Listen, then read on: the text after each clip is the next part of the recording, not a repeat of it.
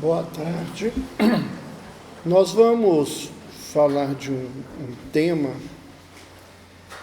que eu não sei como anda por aqui em Portugal, né? Nós fomos ler algumas coisas sobre o tema e descobrimos que Portugal é um dos menores índices de dependência química da Europa, um dos menores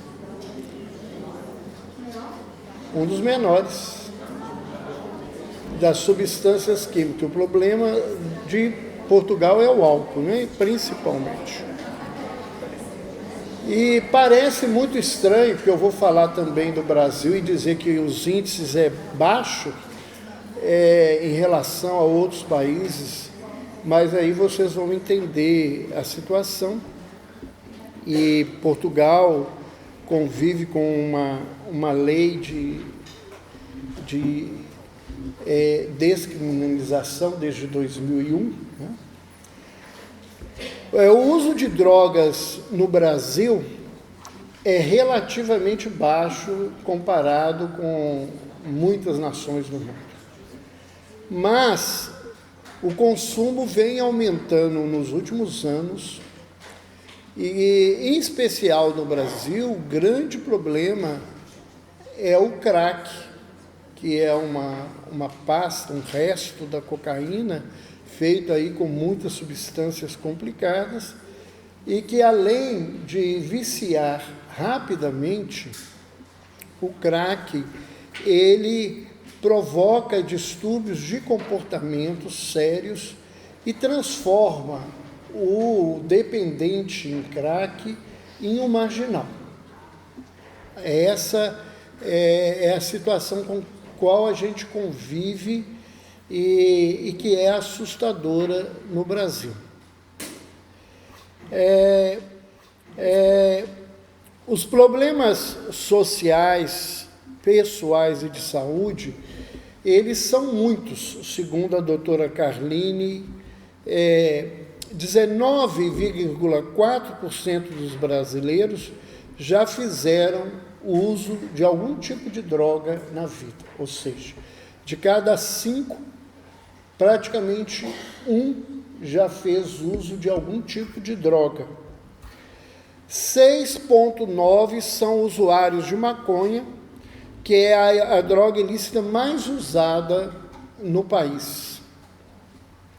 E que hoje convive com uma situação que vocês conviveram em 2001, há uma luta, né, para a legalização do uso da maconha, e a Associação Médico Espírita do Brasil, como a Associação Brasileira de Psiquiatria, nós somos contra a legalização do uso, a liberação do uso da droga. O pessoal levanta a questão do tráfico e nós levantamos as questões da saúde.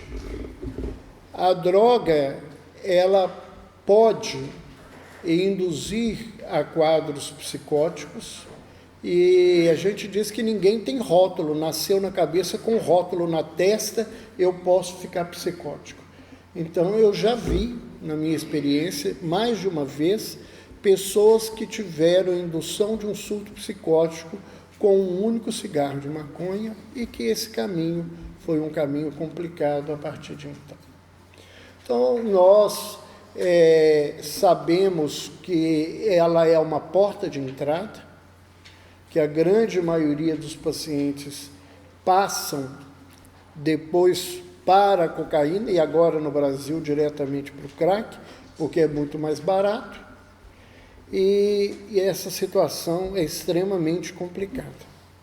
E nós temos aproximadamente 3,5% no Brasil de pessoas que são usuárias que fazem uso de benzodiazepínico, o Rivotril, Frontal, Lexotan, esses medicamentos que são usados ansiolíticos e que causam muita dependência e que, embora sendo drogas lícitas, no Brasil elas deveriam ser só prescritas por médico. Infelizmente, as pessoas conseguem traficar essas drogas ainda, né, essas substâncias, mas é uma situação complicada, porque o Rivotril é uma das drogas, né, o clonazepam é uma das drogas mais vendidas no mundo, né, no mundo. Teve uma época que era a mais vendida, depois que apareceu o Viagra, a disputa foi muito grande. Os homens, eles tomavam Rivotril para ficar calmo, porque não funcionava mesmo, né? Agora eles tomam Viagra, não funciona, eles tomam Rivotril para ficar calmo, porque não funcionou. Mas a situação fica nesse lugar. Aí nós vamos para as questões extremamente complicadas. 41% dos brasileiros iniciam o consumo do álcool entre 10 e 12 anos de idade. Em Portugal, 60% dos jovens entre 12 e 16 anos já usaram ou usam o álcool. O álcool é a droga mais complicada que nós temos no mundo. Todas as vezes que a gente fala em dependência química, o pessoal lembra das drogas ilícitas. Mas os maiores problemas de saúde pública no mundo é o álcool e o tabaco. Sendo que o álcool, né, ele é o maior deles, porque além de provocar diversas patologias, ele tem um comprometimento social muito grande. No Brasil, houve uma queda do consumo do cigarro muito grande, principalmente entre os anos 70 e 98 do século passado. Mas isso realmente aconteceu principalmente entre os homens, mas infelizmente o consumo entre as mulheres aumentou. Não que aumentasse assustadoramente, mas é um problema. Como aumentou o consumo de álcool pelas mulheres, e o organismo feminino não está muito preparado para isso. Então, todos os comprometimentos masculinos que às vezes surgem depois dos 50 anos de idade, nas mulheres que são alcoólicas aparecem entre os 35 e 40 anos de idade. Ou elas adoecem mais cedo e morrem mais cedo por causa do álcool. O álcool é o primeiro lugar entre os fatores de risco para morte, doenças e ferimentos em acidentes e violências. Mais de 70% dos acidentes automobilísticos, tanto no Brasil quanto aqui em Portugal, tem envolvimento com álcool. 15% dos brasileiros têm o problema do alcoolismo. Ou seja, nós temos quase 1 em cada 5 com problema, né, de álcool no país. É uma coisa bastante complicada. E cada vez se bebe mais, e cada vez se bebe bebidas mais complicadas, porque se saem das bebidas fermentadas para as bebidas destiladas, as bebidas destiladas que têm misturas, e se tem rituais socialmente permitidos e usados para se beber, é uma coisa de se assustar, né? Alguns anos atrás, eu fui a uma boate, a gente não tem o hábito, a esposa ainda dançava flamenco e um grupo foi fazer essa dança, e a gente então foi a um ambiente, não porque eu seja puritano, mas não é um ambiente que está vendo comigo, e lá a gente vira vovô, né? Porque eu só virei tio, mas para a turminha lá eu era um vovô, né?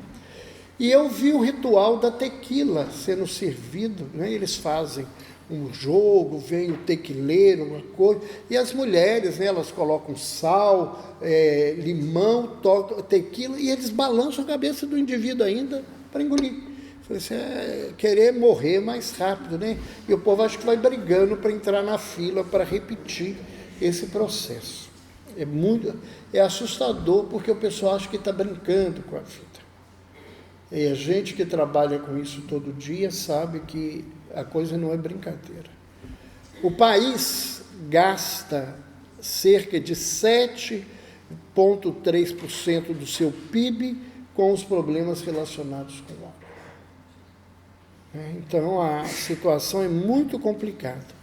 E a indústria do álcool só movimenta para o país 3,5% do PIB. Ou seja, se gasta o dobro do que a indústria do álcool dá para se tratar dos problemas de saúde provocados pelo álcool no Brasil.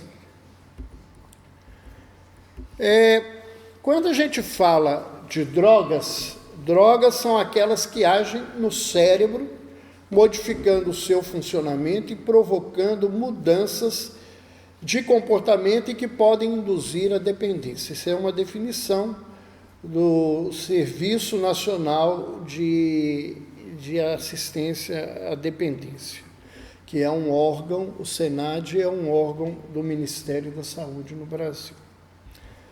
E a dependência química, de acordo com esse psiquiatra de Goiás, o Dr. Wesley Assis, é um estado psíquico e também geralmente físico, resultante da ingestão de álcool ou outras drogas, caracterizado por reações de comportamento e outras que sempre incluem uma compulsão para ingerir a droga, de escolha de modo contínuo ou periódico, a fim de experimentar seus efeitos psíquicos e, por vezes, evitar o desconforto de sua falta.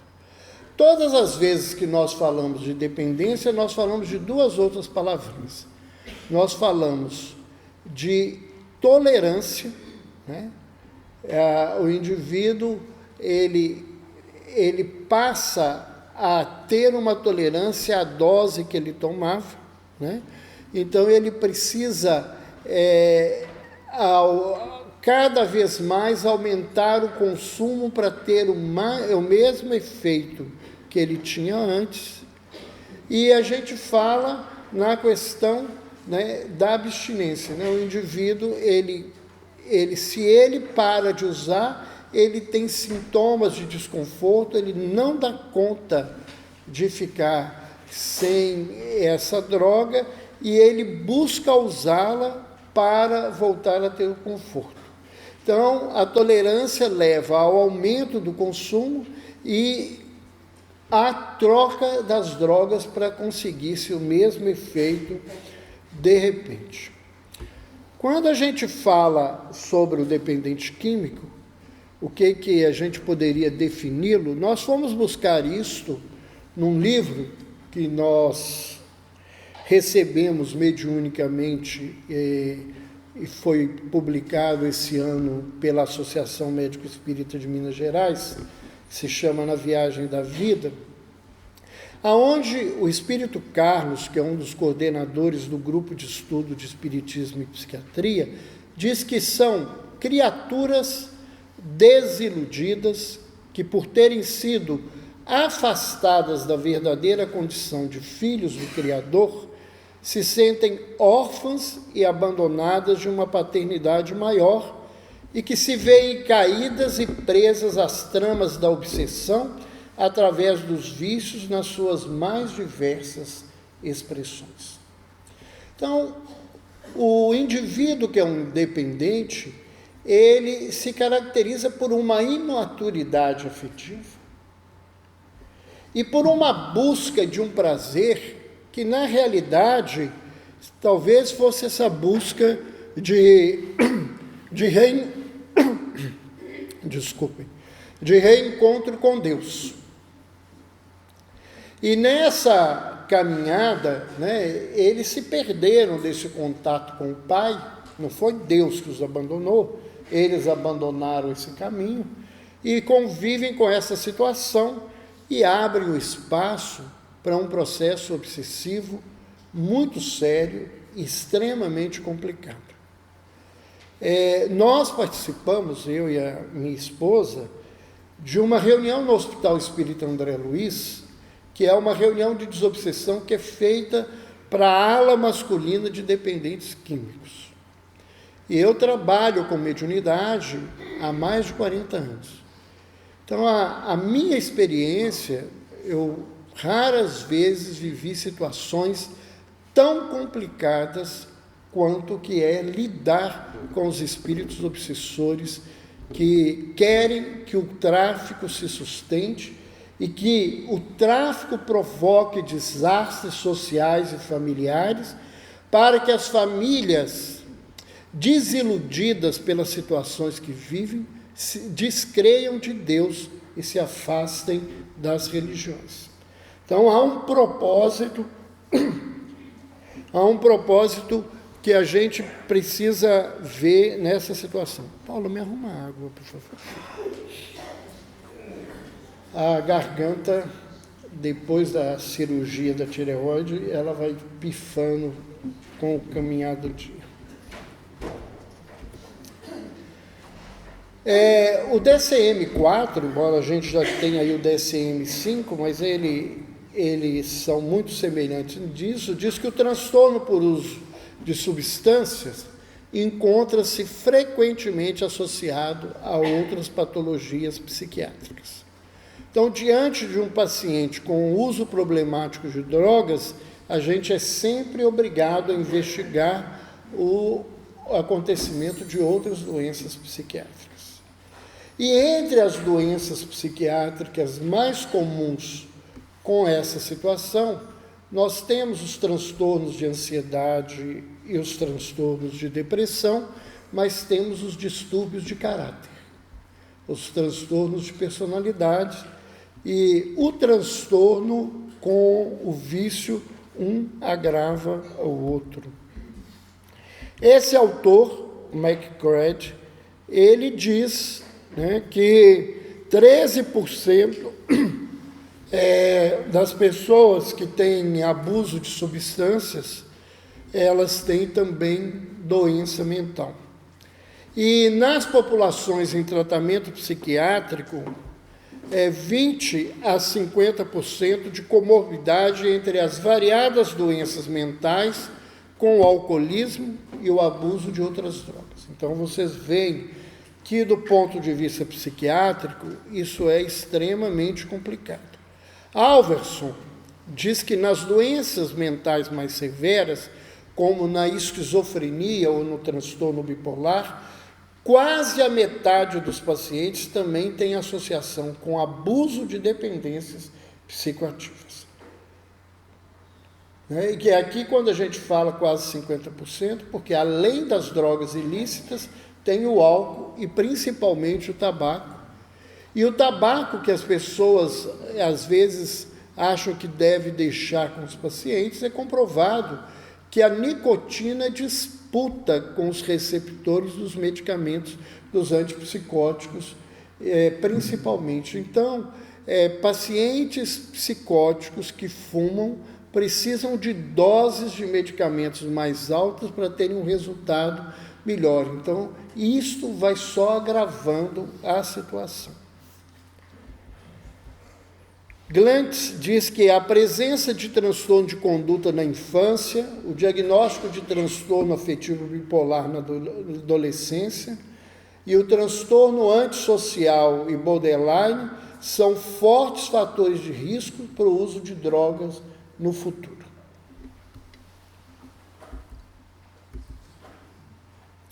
O que levaria uma pessoa à associação da droga com a doença mental? Primeiro, a vulnerabilidade individual para a doença mental. Então, a droga desencadeia ou agrava os sintomas mentais.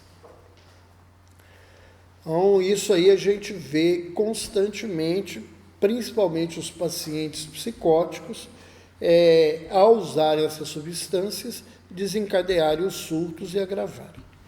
A sensação de mal-estar presente no transtorno emocional levaria o indivíduo a buscar a droga como uma automedicação, como uma forma de fugir, de se sedar diante desse contexto. Nesse caminho, independente do nível de transtorno, nós vivemos isso de uma maneira muito intensa, que é o fato das pessoas ansiosas e deprimidas, e isso cada vez mais constante na sociedade, buscarem se automedicar, tomarem ansiolíticos e medicação antidepressiva sem necessidade, como um elemento de fuga nesse processo. Um outro problema muito sério, eu não sei como é que isso é em Portugal, mas no Brasil, profissionais médicos que não são da área psiquiátrica são os profissionais que mais receitam ansiolíticos e antidepressivos, muito mais do que a gente. No Brasil, o maior número de receitas de antidepressivos são feitas por ginecologistas e cardiologistas. Então, qualquer coisa que as mulheres queixam com os ginecologistas, né, eles dão antidepressivo, achando que antidepressivo cuida da doença pior que as mulheres têm, que chama marido. Marido não cura com depressão. Né? Porque o que eu acho que o ginecologista mais reclama, houve reclamação, é de marido, né? Marido faz isso, marido faz aquilo. Infelizmente, antidepressivo não cura marido. Marido é uma coisa incurável, né? Se vocês tivessem sido mais inteligentes, vocês tinham ficado com namorado e amante, que é duas coisas ótimas. Namorado e amante, né? Namorado e amante dá flor, lembra da data de aniversário, abre porta de carro. Marido, depois que casa, na hora que você chega perto do carro, a mulher para e o marido entra. Ele sai, você não vai entrar não? Ela fala, estou esperando você abrir a porta. Por quê? Você é aleijada?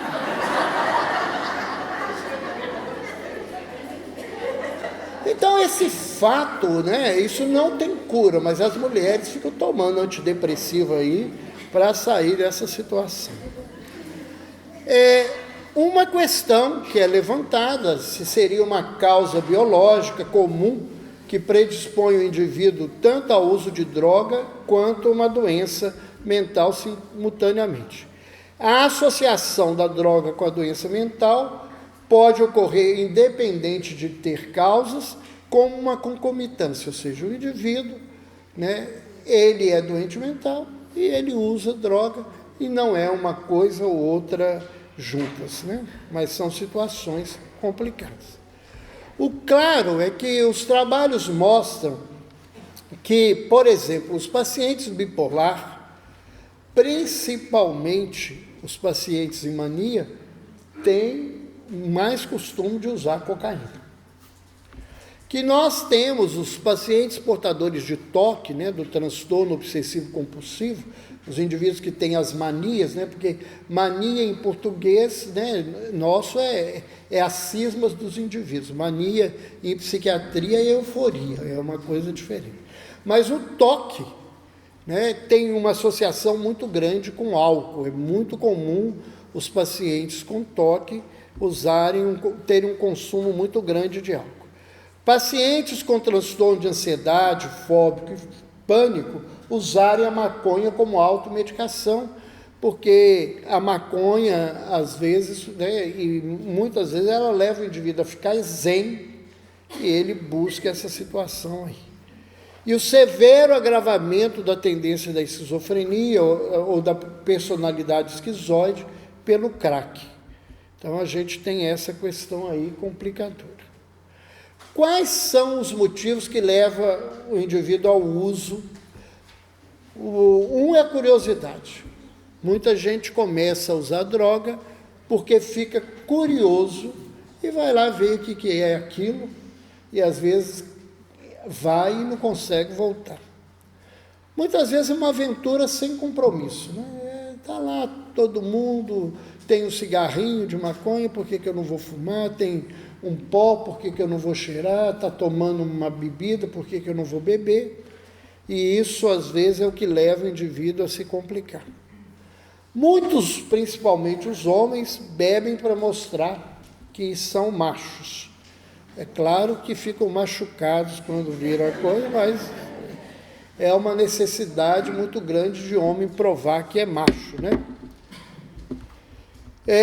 Outros acham que vão usar, só experimentar e que não vão usar mais. Quem tem essa tendência, essa compulsão, não vai sair desse lugar. Tem gente que começa a usar porque diz que uma vez só não faz mal. E quem te dá certeza que isso vai ser uma vez? Por falhas na educação, né, nós vamos ver isso mais à frente, por baixa autoestima, muita gente usa droga porque não se aceita, se acha feio, infeliz, acha tímido, que não tem capacidade de arrumar namorada, namorado, então vão fazendo essas coisas. Aonde está a sede do vício? Dentro da abordagem que nós fazemos, nós vamos lá no Evangelho segundo o Espiritismo, onde Hahnemann, que foi o criador da homeopatia, em espírito, diz que todas as virtudes e todos os vícios são inerentes do espírito. Então, a tendência ao vício é uma questão espiritual. Nós participamos de um trabalho de orientação no hospital e, nesses anos, é muito interessante. Os médiuns, eles não sabem as histórias dos pacientes. A única informação que eles têm é o nome do paciente.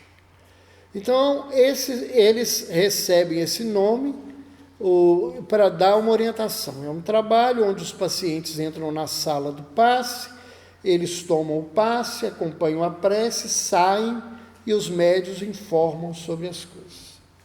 E a grande maioria dos dependentes químicos, eles já são dependentes, já são abusadores de substâncias químicas de outras vidas. Então, nessa vida, eles só estão repetindo mais uma vez um tipo de conduta que eles têm tendência a viver. E essa coisa de dizer que a carne é fraca é uma mentira, né? Kardec, no Céu e Inferno, ele lembra: a carne só é fraca porque o espírito é fraco. Somos nós que somos os senhores da vontade. Não é porque eu estou nessa terra, preso a esse corpo, que eu entro nesse lugar. Eu entro nesse lugar porque eu me permito a essa situação. Né? Tem pessoas que nascem em lares que não têm vício e que caem no vício. E tem pessoas que vivem num lar onde todo mundo é alcoólatra e ele nunca bebeu, ele não tem esse comportamento, porque isso é do próprio espírito. Então, há uma predisposição espiritual. E no Livro dos Espíritos, na pergunta 845, os espíritos dizem a Kardec que as predisposições instintivas são as do espírito antes de encarnar. Elas podem arrastá-lo à prática dos atos repressíveis. Podem, inclusive, serem secundadas por espíritos por afinidade, que é a questão da obsessão. Mas que não existe arrastamento irreversível. Ou seja, ninguém vai ter que ficar viciado o resto da vida e ninguém está numa condição que não possa sair desse lugar. Quais são as causas dos vícios? Joana de Ângeles, através de Divaldo Franco, ela diz que a causa do vício é a prisão, a necessidade de outras vidas, que a gente tem aí, já falou, a falta de transformação moral. A gente entra no vício porque a gente não se aprimora a cuidar de nós, na perspectiva de sermos melhores e de cuidarmos melhores de nós, né? E a vinculação às mesmas posturas fisiológicas inferiores, ou seja, a gente procurar sempre fazer essa busca do prazer efêmero da vivência do hoje. Então, é muito mais fácil, quando eu estou com um problema, a compulsão a comer, a compulsão a tomar um remédio, a compulsão a beber, a usar uma droga, do que eu aprender a lidar com a minha ansiedade, com a minha depressão, com o meu comportamento, ou entender o que eu preciso mudar nesse caminho. O que é que leva a gente ao vício? Os amigos espirituais dizem que a doença, o espírito de Joseph Kleber diz que saúde é a real conexão da criatura com o Criador. Ou seja, eu sou saudável quando eu vivo a lei natural ou divina. Quando eu desrespeito a lei, eu adoeço. E esse adoecimento, ele acontece por quê? Porque nós precisamos de um alimento fundamental para termos vitalidade na vida, que é o amor de Deus, que é a energia que criou o universo e que sustenta a vida. Todas as vezes que eu me afasto de Deus, eu abandono esse amor. Não é Deus que me deixa de amar, sou eu que abandono esse amor. E como eu me afasto de onde eu estava no sustento, eu fico inseguro. E quando a gente fica inseguro, a gente tem que buscar uma outra base. Como eu não tenho base, eu busco essa base em mim mesmo, e eu me torno egoísta, porque eu me faço referencial da vida, em vez desse referencial da vida ser o Criador e a sua lei. Então, dentro desse processo, eu construo esse egoísmo, E esse egoísmo me leva a essa opção que domina a Terra atualmente, que é a opção pelo ter, pelo poder, pelo prazer, em detrimento ao ser. Então, a gente acha que para ser feliz, a gente tem que ter coisas. E cada vez a gente quer ter mais, e aí eu tenho um aparelho, eu tenho que trocar por um aparelho mais novo, eu tenho que fazer isso, e as pessoas vão criando condições, situações, que parece assim que a vida não tem sentido sem o ter. Eu ouço muito uma frase que eu sei que na prática parece que é uma verdade, mas na minha vida não é, eu fico achando esquisito, porque os outros falam assim, não dá para se viver sem celular. Eu falo assim, então eu devo ter burrido, ninguém me contou na vida. Eu não tenho celular, e aí o povo briga com as minhas secretárias, assim, não tem nenhum médico que não tem celular. Eu não tenho. Aí como é que seus pacientes, eles vão me encontrar, eu tenho 3 lugares que eu estou, no hospital, ou na clínica, ou em casa. Se eu não tiver em nenhum desses lugares, eu estou fazendo palestra, eu não vou atender ninguém nesse horário. Então não adianta. E se ele morrer, meus pacientes não morrem, tem essa vantagem, eles sobrevivem, eu sou um bom médico, meus pacientes têm longa vida. Quem morre é a família, de raiva, de sofrimento, mas os meus pacientes sobrevivem. Então o fato é que a gente criou um monte de necessidade. Aonde que a gente tem essas necessidades? A gente foi criando. Esse negócio de ter que poder, eu tenho que ter o poder, as pessoas têm que fazer o que eu quero, eu tenho que estar acima de todo mundo, eu tenho que ser o melhor, ter mais título. O que adianta isso na vida? Não adianta. Eu sempre digo, na minha experiência desses anos todos de psiquiatria, que a pessoa que eu atendi mais infeliz na vida, que me chegou com um sentimento de infelicidade, que me amargurou de vê-la infeliz, foi a pessoa mais rica que eu já atendi na minha vida, que tinha dinheiro, status, uma socialite que ela era sair do portão, tirava a fotografia, ela estava nos jornais da cidade.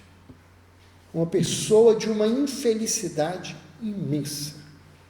Então a gente fica nesse lugar, e do prazer, que prazer que nós temos, nós gostamos desse prazer curtinho, até porque prazer, gente, é curto, ele acaba.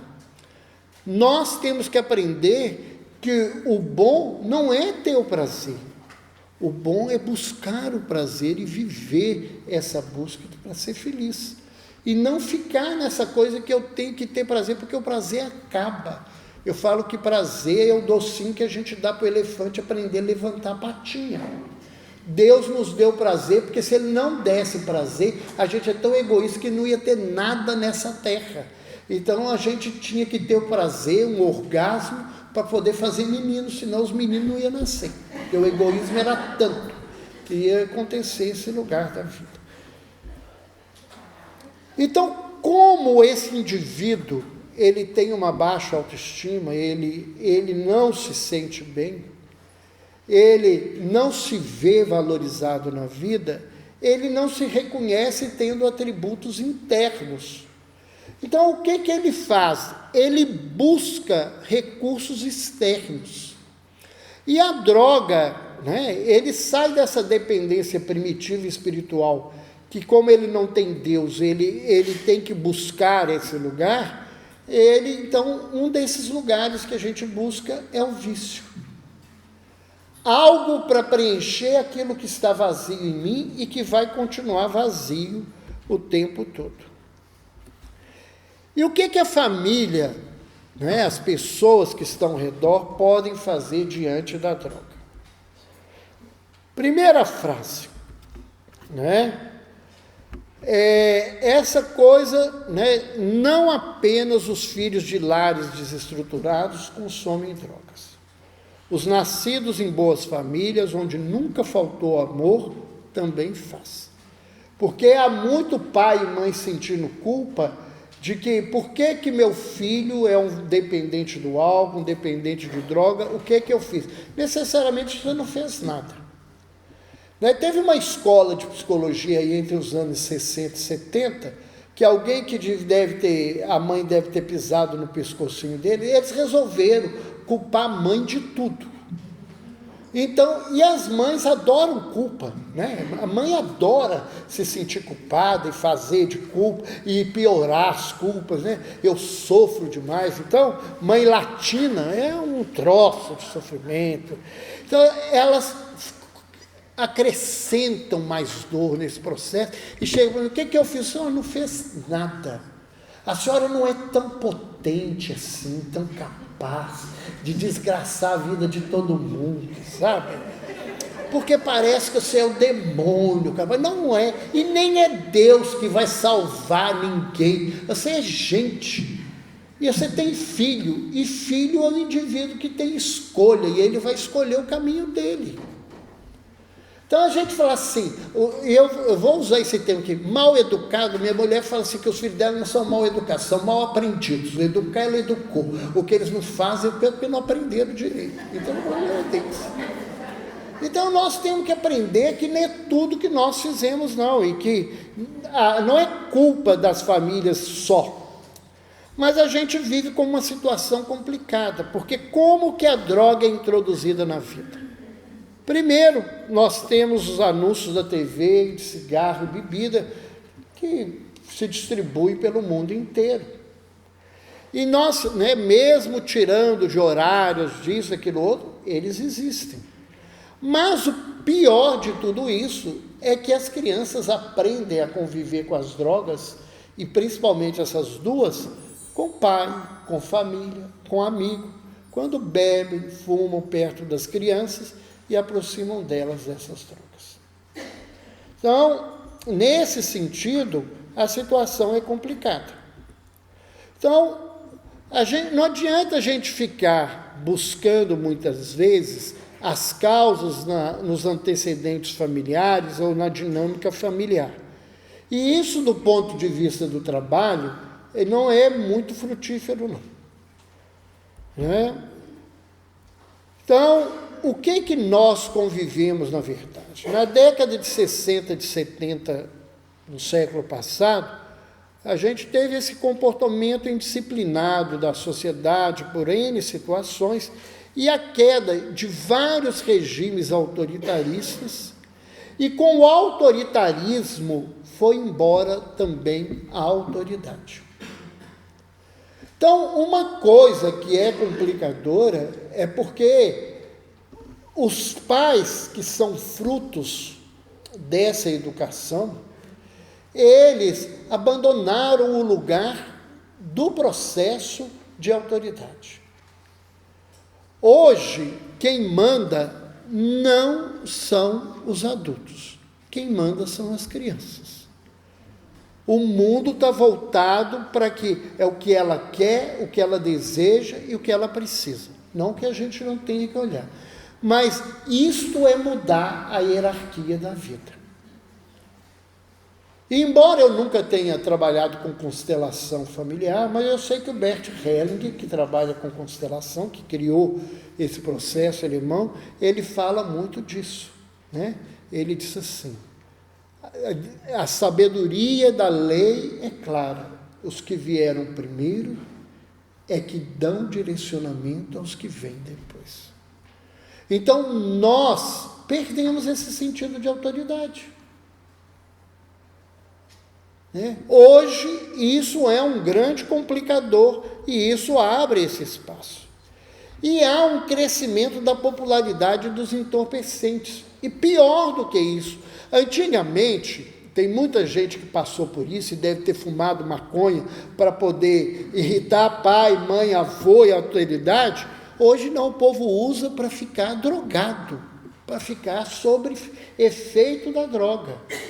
Eles usam para ficar louco, para dançar a noite inteira, para fazer um monte de coisa. Isso é um elemento bastante complicador, né? Então, realmente, a televisão contribui para gravar o quadro, o cinema, né? Para um monte de coisa. Essa babá é uma porcaria. E no Brasil o povo usa muito essa babá. Né? Aí os outros falam assim, mas meus filhos veem filmes, desenho animado. Há um trabalho que foi feito nos Estados Unidos na década de 80, que desenho animado tem mais soco, chute, maldade do que muito filme de violência. É só pegar Tom e Jerry, pegar a Pernalonga, aquela coisa toda, o Piu-Piu, né, o Frajola, é só maldade, só maldade. A gente fica achando bonitinho, que os desenhos são bonitinhos. Então os ratinhos, os bichinhos pequenininhos são ruins, mas ruins até não querer mais. A tecnologia ajudou muito a complicar as coisas, né? A síntese dos compostos químicos, produzindo cada vez drogas mais complicadas. E o controle da natalidade, né, que é uma coisa importante de um lado, ele abriu esse espaço social para a mulher, mas a mulher, ela, em vez de lutar pelos direitos dela, ela resolveu lutar para ser homem, para ter as mesmas coisas que o homem faz. E eu costumo dizer que burramente, porque elas acharam que ia dividir com os homens o resto. No Brasil, elas têm que fazer o trabalho delas e o que o marido não faz, porque eles não fazem o que devia dividir com elas. Não sei aqui em Portugal, mas o Brasil ainda, o povo é muito machão. Então, o fato é que, nesse lugar, a mulher escolheu ter direitos complicados, direito de fumar, direito de beber, direito de usar droga, direito de fazer muitas coisas que não ajudou ninguém nessa situação. Quando se fala de tratamento de droga, isso é uma frase muito interessante. Nós somos como um construtor que perdeu a planta da obra, que está erguendo a casa desconhecendo a próxima etapa da construção.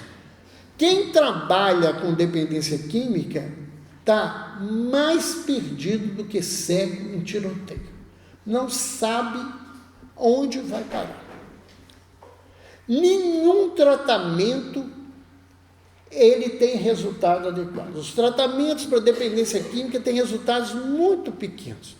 Você vê estatísticas dizendo assim, tiveram uma resposta boa. O pessoal fala de resposta boa assim, ficou 6 meses, 1 ano sem usar droga.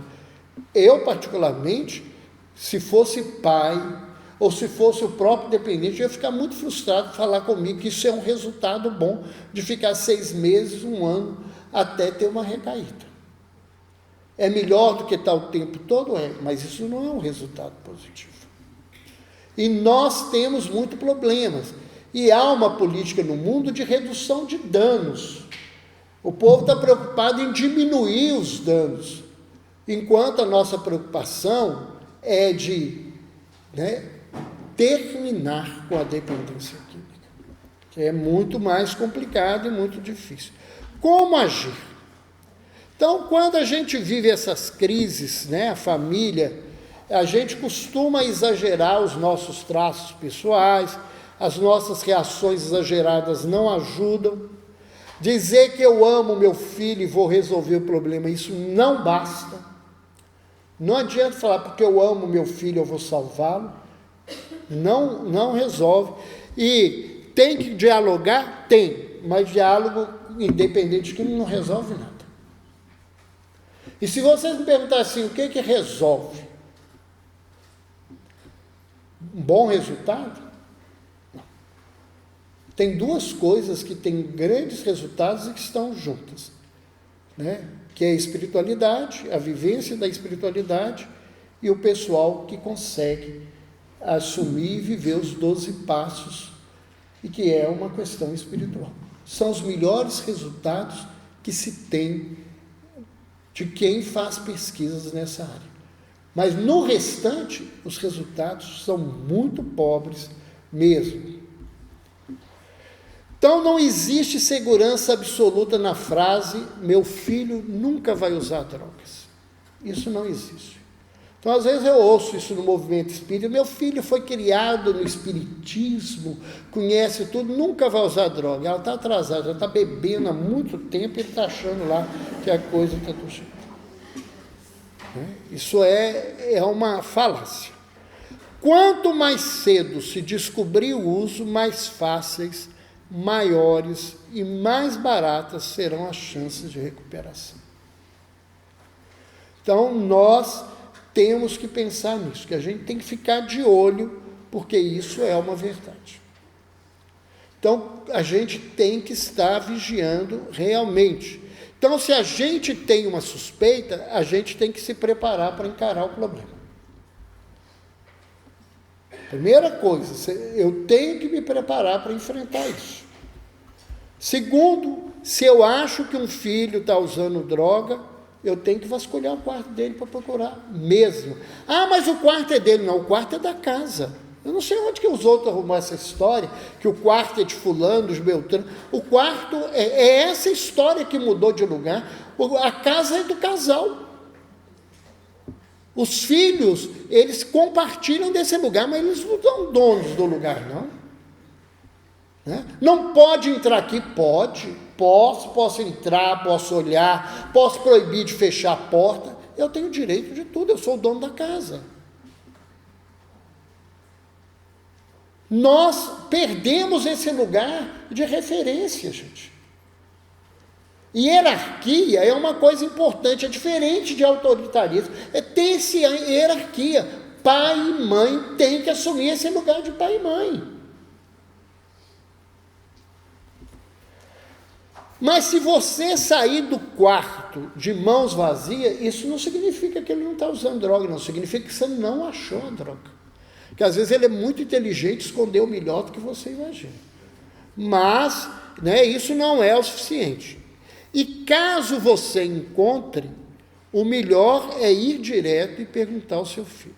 Porque muita gente começa a fazer fofoca na família, contar isso aqui, isso não ajuda muito as coisas. A gente tem que fazer esse caminho. Se a gente confirmar, a gente tem que conversar com ele para saber desde quando, por que ele usa, para que ele usa, quando ele usa, porque essas coisas é que devem nos preocupar. Né? A gente, né, sentimento de mágoa, de raiva, de culpa, vão surgir. Mas nós não temos que ficar sustentando isso, e isso não vai resolver o nosso problema. Então, existem umas atitudes que os pais assumem muitas vezes, os irmãos mais velhos, que não ajudam.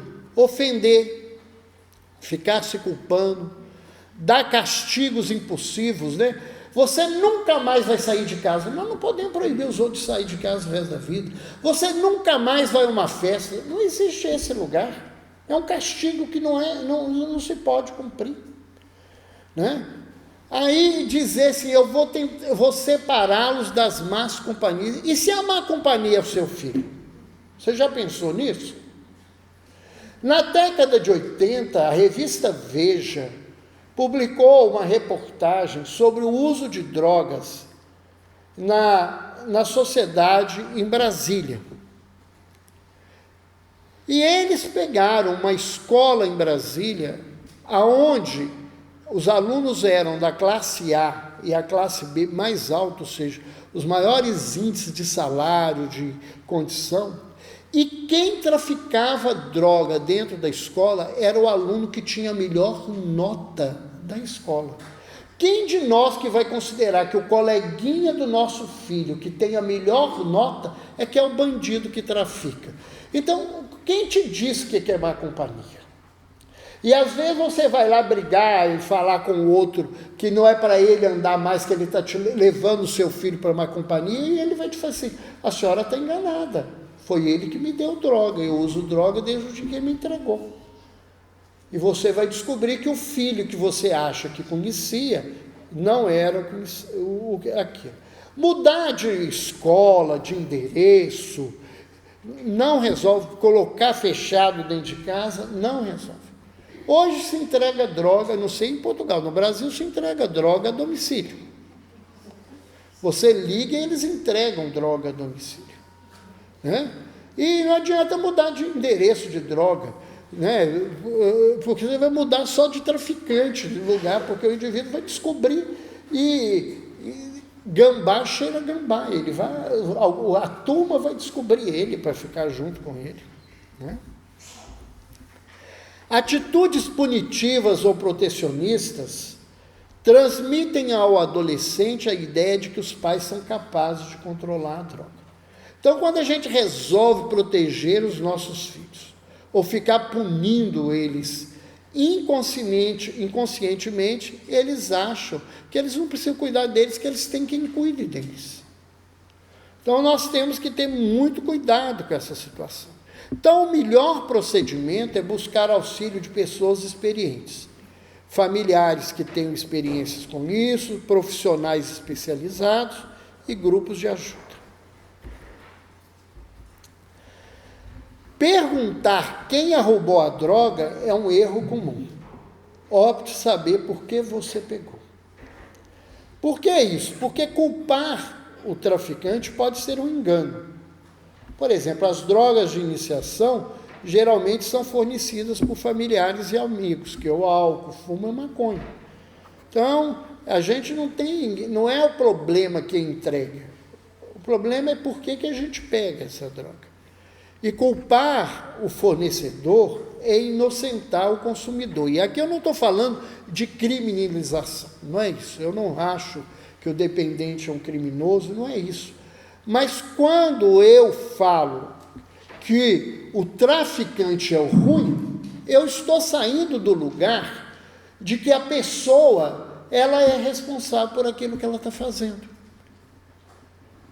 Ele tem que ser o responsável pela situação do que ele está vivendo, ele tem que entender isso. Então, os pais devem ter uma autoridade natural de encaminhar o filho para um tratamento. E se ele resistir, a família deve buscar uma ajuda para saber como agir.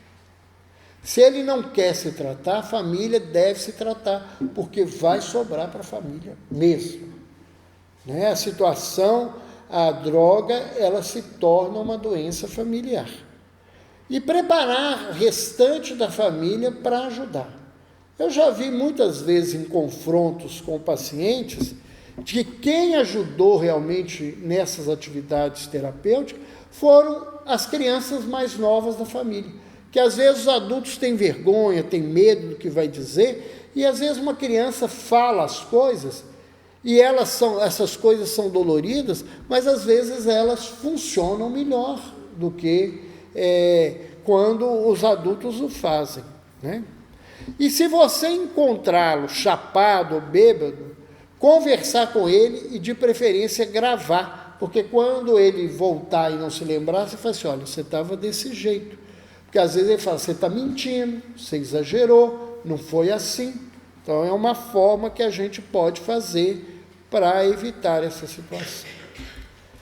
Qual que é a principal ação diante da questão da droga? É a prevenção. Então, em vez de brigar com a droga, vale a pena ocupar o filho com atividades e cobrar resultados. Não é dar atividades, é dar as atividades e ele tem que dar resultado. Se ele foi para o judô, ele tem que ser um bom judoca. Se ele foi para a natação, ele tem que aprender e aproveitar. Se ela foi para o balé, ela tem que melhorar a condição dela. Se você dá atividades para a criança e para o jovem, não é simplesmente dar atividade. A gente tem que dar atividade e cobrar resultados para que isso funcione. Então, no processo de prevenção, a gente tem que mostrar a diferença do que é gostoso e do que é bom. Leite condensado é gostoso. Por sinal, eu digo, se eu chegar no mundo espiritual e não tiver leite condensado, eu volto para a terra, que é muito melhor do que lá. Leite condensado é gostoso, mas não é bom para quem é diabético. Então, a droga, ela tem um efeito prazeroso. Ela é gostosa, mas ela não é boa para a vida. E tem muita coisa na vida que é gostosa e que não é bom. E nós precisamos pensar nisso. Todos os caminhos são válidos quando o objetivo é atendido. Como é que a gente vai fazer isso? Da maneira que você conseguir fazer. Porque nós não temos nenhum trabalho científico que prove resultados eficientes. Os melhores trabalhos são 25%, 30% de eficácia. Isso é nada. Né? Muitas vezes o placebo dá mais resultado que isso numa pesquisa. Então, nós não temos nenhum caminho de tratamento, de terapêutica, não existe nenhuma droga que faz parar de usar droga, nenhuma. O tratamento de vício chama-se vontade. Esse é o tratamento do vício. Se você não tiver vontade realmente de parar, você não vai parar. Mas, as pesquisas no mundo têm mostrado que a gente construir valores internos ancorados na ética e na religiosidade diminui a entrada e o consumo de drogas pelos jovens. Então, isso não é porque a gente é religioso. São pesquisadores no mundo que têm mostrado cada vez mais que a espiritualidade, e não uma religião, mas uma vivência religiosa, é um grande instrumento para a prevenção do uso das drogas. Como que a gente deve falar sobre drogas para a família? Na infância, a gente deve dizer que a droga é ruim, que a droga prejudica e que a droga mata. Isso movimenta muito, e a gente vê as crianças falando com os adultos, para de fumar, que fumar faz isso, que mata, a bebida mata, essa coisa. Na puberdade, a participação da escola dos pais é muito boa, deve ser aproveitada, e a gente deve aproveitar qualquer oportunidade para conversar disso. Um capítulo de novela, uma notícia no jornal, um filme que a gente assiste que tem um assunto, e aproveitar e conversar. E para o adolescente é importante que a gente não dê regras, porque o jovem, ele precisa sentir que ele participa da construção do conhecimento. Então você deve conversar com ele, discutir, para que você veja o aprimoramento dessas coisas e dessa situação. Quais são as atitudes primordiais? Primeiro, educação baseada em coerência constante e consequência da atitude dos pais. Um pai que fuma, não adianta ele falar com o filho para não fumar. Pais que bebem, não adianta dizer para um filho que ele não beba. Não há coerência. Então, se nós queremos trabalhar nessa situação, a gente tem que ter coerência. Outra situação. A criança e o jovem devem sentir que a família vem em primeiro lugar. Nós temos que restaurar o valor da família na nossa sociedade. Ela tem que sentir que ali é amparo, onde ela pode buscar situações. E os jovens estão cada vez mais desamparados, por N situações sociais, por N situações culturais, mas isso é uma verdade, e esse é um grande complicador. E a família se torna uma estrutura forte quando ela tem uma conduta moral e religiosa como base. Então, você não precisa ter uma religião, mas você tem que ter um comportamento ético, moral, para que os seus filhos aprendam a conviver com essa situação. Uma coisa que o Amor Exigente, que é um grupo de ajuda muito importante, diz, que a gente não deve dar tudo para os nossos filhos. Que a gente deveria aprender a dar para os nossos filhos menos do que a gente pode dar. Que é importante que os filhos sintam falta e que peçam. Porque para se construir gratidão, a gente tem que ter necessidade. E eles fazem uma comparação real. Se alguém aqui nessa sala, algum dia na vida passou fome, não é falta de comer não, é fome. Fome é uma coisa que muito poucas vezes a gente conhece. Fome mesmo. Eu tenho certeza que se alguém aqui no momento da vida passou fome, ele até hoje sabe quem deu um prato de comida para matar a fome dele. Porque a necessidade constrói a gratidão. E hoje a gente está preocupado em ficar dando coisa, roupa e um monte de curso, e computador, e iPod, não sei o que mais, aquilo outro para os filhos. Eles acham que você tem obrigação de dar tudo para ele. Então eles estão perdendo esse sentimento de gratidão, eles acham que a gente tem o dever de atender o que eles acham que é necessidade na vida deles. E quando eles não encontram isso, eles vão buscar isso na droga.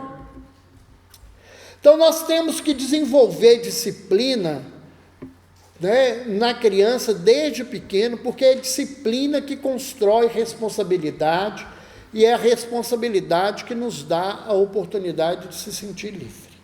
A gente só é livre se a gente é responsável. Então, isso é importante. Então, a criança deve, desde cedo, aprender a respeitar os pais como seres humanos. Não sei como é que está em Portugal, mas isso no Brasil está horroroso. Horroroso mesmo, né? Os meninos viraram os reizinhos na vida desses pais. E uma situação que os pais precisam aprender, principalmente mãe que tem mania de salvador. Não adianta defender quem não se protege.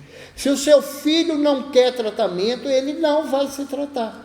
Se o seu filho não quer parar de beber, não quer parar de usar droga, ele não vai parar. Não adianta você morrer, fazer greve, arrancar o cabelo, construir câncer, é cancro aqui, né? Não adianta nada disso.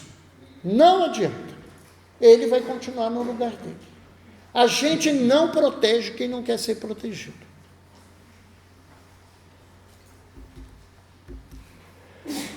E como é que a gente pode, então, construir essa educação para se ter essa saúde? Uma forma é o estudo, é o conhecimento. Quanto mais a gente conhece, mais a gente ajuda. A outra forma é a oração. Essa busca, a oração modifica o estado mental. Há vários trabalhos no mundo mostrando a importância da oração na saúde das pessoas, como também um processo de meditação, o trabalho, e às vezes a gente precisa da dor, é a dor que vai cutucar a nossa vida para mudar o nosso caminho, e a assistência ao outro que nos dá prazer. O Décio já falou sobre isso pela manhã, né? Então a gente coloca aqui que esse é o caminho que nós acreditamos ser mais importante, né, que leva a gente à evangelho-terapia, né, seguir a lei moral do Cristo, que nos chama para nos aliviar das nossas dores. E uma fala ainda daquele livro do Carlos, que ele diz que no cuidado com qualquer doente, nunca devemos perder o sentimento da esperança. Essa é uma arma da qual precisamos e é capaz de fazer maravilhas que muitos não esperam ser possível acontecer. E se a gente não tiver esperança, a gente não dá conta de trabalhar com o dependente químico. Muito obrigado.